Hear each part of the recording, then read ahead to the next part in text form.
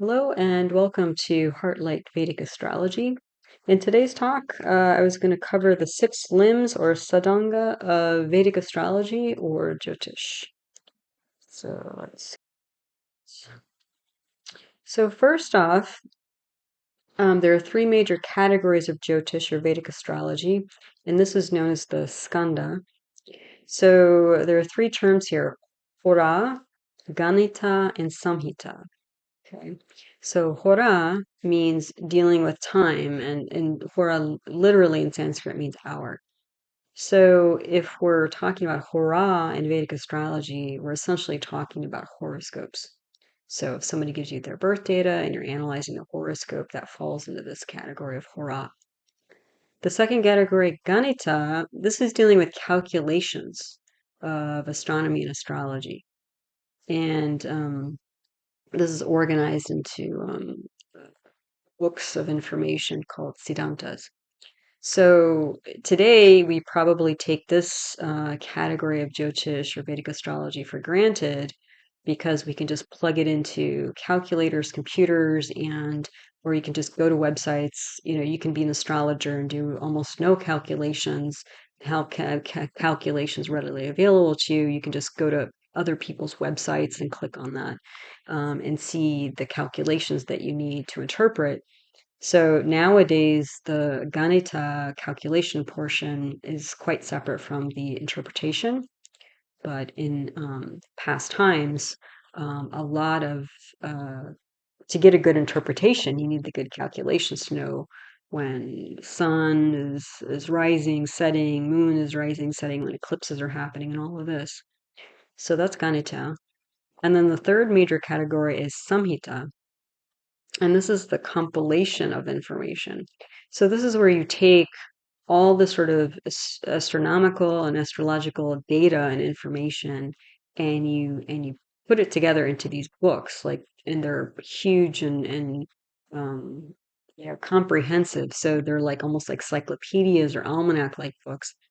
And it's just sort of like hodgepodge of information. So things like celestial omens, weather. Again, this is all astronomy and astrology related to these things, economic cycles, natural disasters, and things like this. There's a famous one called the Brihat Samhita, and that's by Varahamihira. So, again, 3 major categories of Jyotish, and then we'll talk about the 6 limbs. So the 6 limbs of Jyotish is also known as the Sadanga, and these are smaller categories than the ones we just looked at. The other thing to know about the 6 limbs of Jyotish is you don't want to get them confused with the 6 limbs of the Vedas, because the Vedas also have 6 limbs. If you want to know more about the Vedas, especially as how they relate to Vedic astrology, I have a video on that called Vedic Astrology in the Vedas, so you can check that out. But if we're getting back here to the 6 limbs of Jyotish, or the Sadanga, what are they? So the first one is called Gola, and this essentially is observational or spherical astronomy. So again, because Vedic astrology is more than 5,000 years old and it predates any sort of technology, including basic telescopes and things like that, um, Vedic astrology was born and developed from just what the naked eye could see. The movements of stars, the movements of planets, the sun, the moon, and a characteristic. So how colors would change, or how the position of Venus would change when it becomes morning star, evening star, that sort of thing. And this observational information was used to create calendars. So the calendars were used by people to essentially organize their lives. Okay, so that's Gola. The second one is Ganita, and that's similar to what we talked about with the 3 general categories of Jyotish.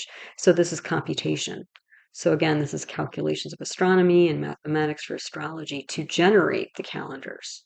Okay, and you would combine the Gola and the Ganita to create these calendars, because you could, derive, through mathematics, different configurations of the sun, moon, stars, and the eclipses and stuff like that.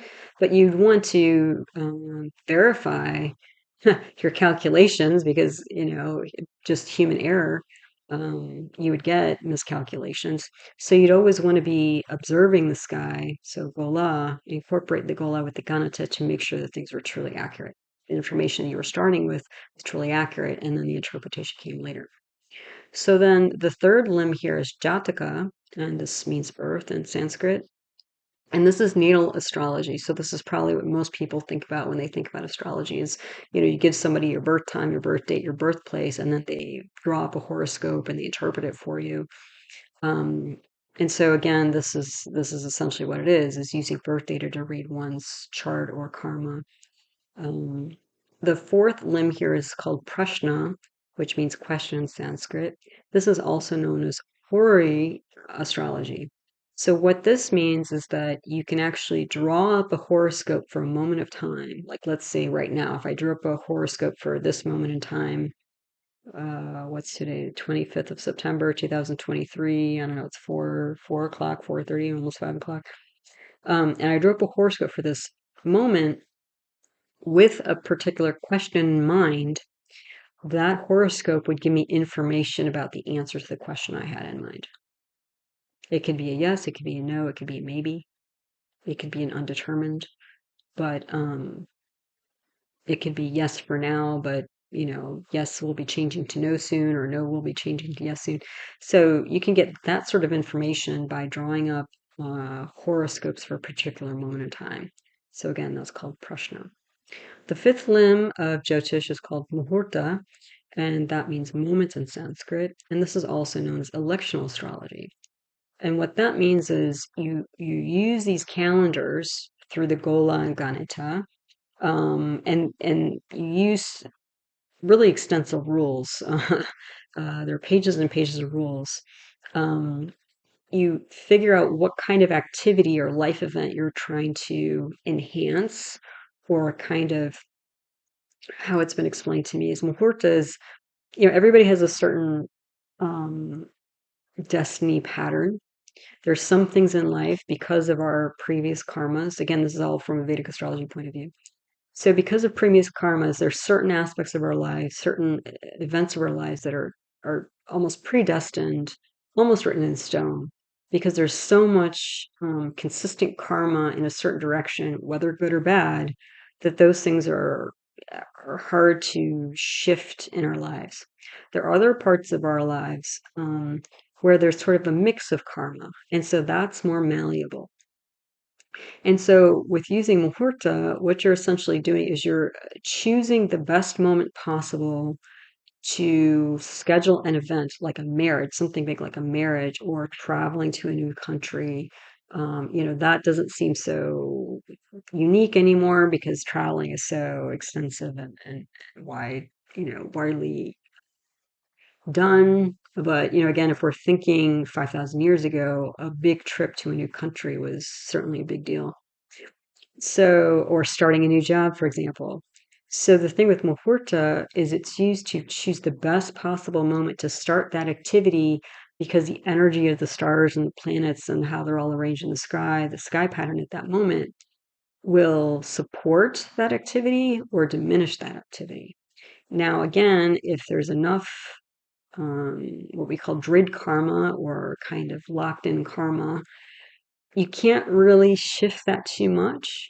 But if there's enough wiggle room there, if there's a mix of karma, then you have more of a possibility of shifting that whatever karma is available to the positive side to get a better outcome. Okay, so it's sort of like using the energy, trying to align your intentions and life event with the cycles of nature to get the best possible outcome, is essentially what muhurta is. Then the last limb here is called nimrita. And nimrita means omens in Sanskrit. And this is essentially the interpretation of signs, symbols, and events to determine outcomes. So from a Jyotish or astrology perspective, what this means is, for just as a simple example, like if I was walking to an office, I don't have a specific office for astrology. I could do astrology everywhere. But if I had a specific office for astrology and I'm walking to the office and there happens to be a dead crow in the road that I'm walking down as I'm walking to my office, that's a pretty big omen, like for an astrologer, because crows in Vedic astrology are symbolic of the planet Saturn, or Shani in Sanskrit. And Saturn is a planet that signals things like delays, obstacles, death, chronic disease.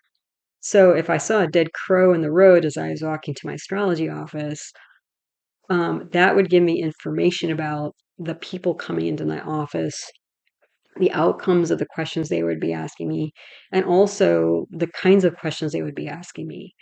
For example, again, if it was a Shani or Saturn type question, they might be asking me questions about chronic disease or death of maybe a relative or something like that. Yeah. Or, Saturn also represents things like poverty. So they might be in like financial strain. And how do they get out of that? Okay. So that's Nimrita. And I tend to think of Nimrita, I almost think like of like tarot readers and things like that, because Nimrita is a very, whereas Ganita is the computational part of Jyotish and Vedic astrology. Nimrita is very intuitive. It's kind of like reading the signs of nature. And so I tend to think of activities like almost tarot card reading or something like that, where they're pulling cards, and whatever cards, whatever, symbols or pictures or images pop up on the cards, they interpret that. And it's more than just, crow means Saturn, whatever. But if they're very intuitive, it's more than just reading the symbol, because you can have a list of words that are attached to a certain symbol, like a crow. But then the intuition is helping you choose which of those things on the list is appropriate for this particular person, this particular moment of time, for this particular question. So it's a very intuitive part of Jyotish. So short and sweet today, but those are the 6 limbs of Jyotish, aka the Sadanga. So as always, thank you for your time.